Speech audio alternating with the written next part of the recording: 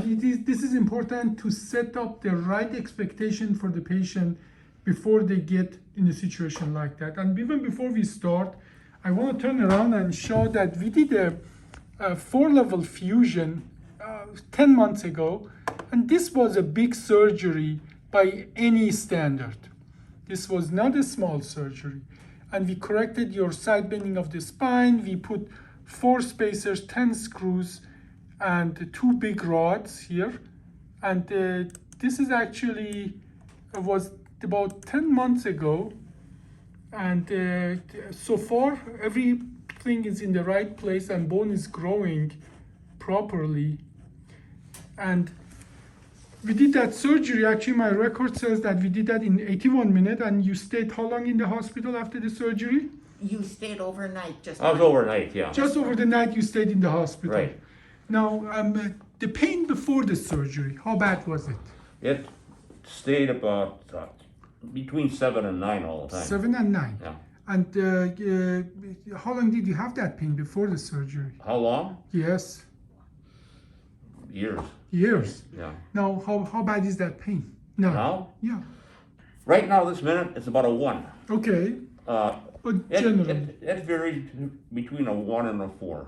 But never gets above 4? No. No. Okay. So that pain got better in the last 10 months since the surgery. It took a while, but it was surgery, so you have to heal. You had a leg pain. Before the surgery, you had leg pain, correct? Yeah. How is that leg pain? That's gone. That's gone. Now, you had actually 2 reasons for the leg pain. You had, one reason was the nerves in your back being pushed by the material of the disc, and that we correct at the day of the surgery. We lifted up, we took the pressure off. But you had a second reason to have leg pain, because sometimes you have multiple reasons to have the same symptoms. Tell me about the other reason that you had leg pain. I had a blocked artery in my groin, and so I had that surgery. It got infected, however, and I had 2 more surgeries, but the leg pain, that's all gone. That's all gone, but initially after the surgery, you still had some leg pain. Yes. Okay, did it get, nevertheless, did the surgery, right, this day of the surgery, right next after the surgery, did the leg pain get any better? Some, but not all. No. And that is important information because, you see, the surgery, we fix your spine. We didn't unblock your artery in your groin. And, I see, you understand that me fixing your spine wouldn't fix the artery in your groin. No. And if you have 2 reasons to have leg pain, and blocked artery doesn't send enough pain in the leg, doesn't send enough blood in the leg, and leg becomes what we call ischemic, meaning doesn't get enough oxygen and nutrition, and then they become painful. Yeah. So if you have 2 problems causing the same symptoms, both of them have to be corrected for the symptoms to go away. Yeah. This is such a basic understanding of how our body works, and yet sometimes some of my patients, they think when I fix one problem, all the problems should get better. Right, yeah. But I know you weren't expecting that, and you had a very realistic understanding about that. But as well as important, if they would fix the blocked artery and your spine still was pushing on the nerve, your leg pain wouldn't go away. So that's the second arterial surgery on your groin, wouldn't fix the problem by itself. Neither would taking the pressure off in the spine. So you would really need 2 procedures completely independent to fix the problem. And that is the expectation sometimes people need to have. Yeah, and he was supposed to have the surgery, the artery surgery before, but because of COVID, he wasn't able to.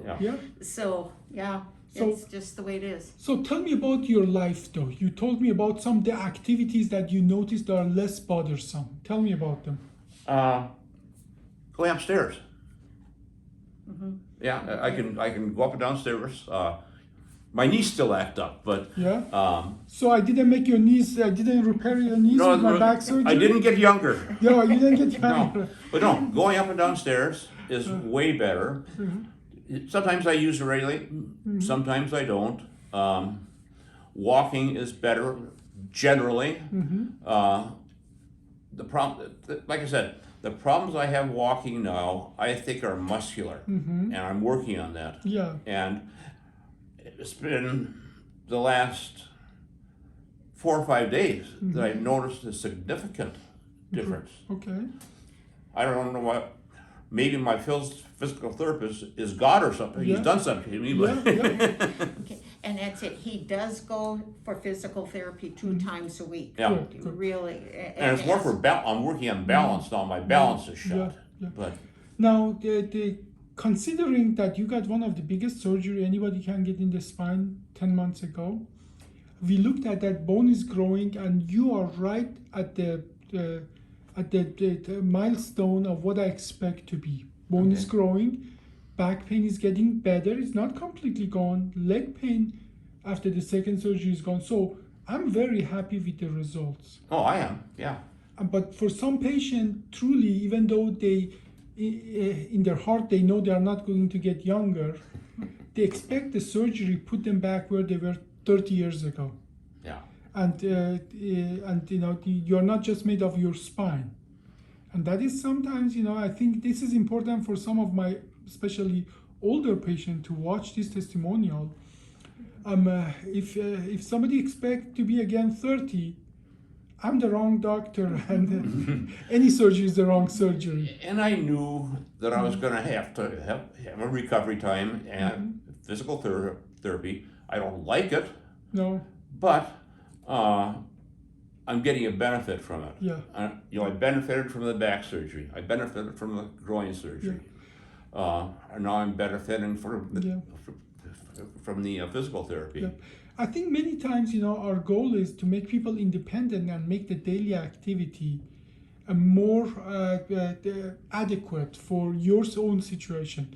We're talking about, you know, going to the hockey stadium and dealing with your grandchild. You want to just mention that quickly about what you meant, what was better? Walking into the hockey arena, it's a little bit of a slant going up, and in the past he would always have to stop and rest, and even if it was a horrible wind chill, he would have to stand, and now he is slow. I can zip up just fast, and he can't. But he does go in and is able to do that with just very short little rests to get up. And then he went to see the grandchild, our grandson, and it was a lot of walking in airports, of course. Yeah. And how did that go? Not well. well. It was. I made a mistake. Okay. What was the mistake? I wore shoes that I wasn't used to wearing, and I had my cane. Between the two, it was awful. Yeah. I mean, it really was.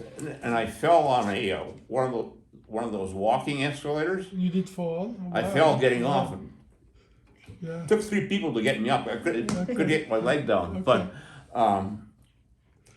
so when we're going back. What did you learn from that experience? What are you going to do differently? I don't need the cane and wear my regular shoes. Okay. And sometimes as well is about asking for help. If there are those small little wagons and carts that they can drive you around. Yeah. My daughter stole a wheelchair from somebody. Yeah. But again, it comes back to that. All of us, we wish we would have a 20-year-old body forever. Yeah. Lord have other plans for us. So we are not going to be 20 forever. And I'm still recovering from the groin surgery too. Yeah. And it was my mistake. No, it is. It's about learning from every situation, about getting help that you need to be able to perform the best you can perform for that time period. Yeah. And I think overall, I'm very happy, and I really love that you have a realistic expectation. You never expected me, to make you how you were in your 30s. And that is, but if in your heart as well, that keeps you happy, because if you're expecting to go back and be 30 again, you're always going to be unhappy. No. Even though we know it's impossible, but if it's truly what you expect, no surgery is ever good enough, or no situation. The fact that you went and visited your grandson is not good enough, because you want to be independent, go there and not follow all of that. But or it's great going down the line. Yeah. No, but what I'm getting at, if you put expectation very high, that's the recipe for disaster. We have a name for that. We call that, people who expect after the surgery to go back, be 20 years old again. We call them Benjamin Button. Have you heard of the movie? Yeah. It's a man that is born old, and every year he gets younger. And that's sort of saying that it's unrealistic. Mm-hmm. Okay. Well, thank you so much for the interview.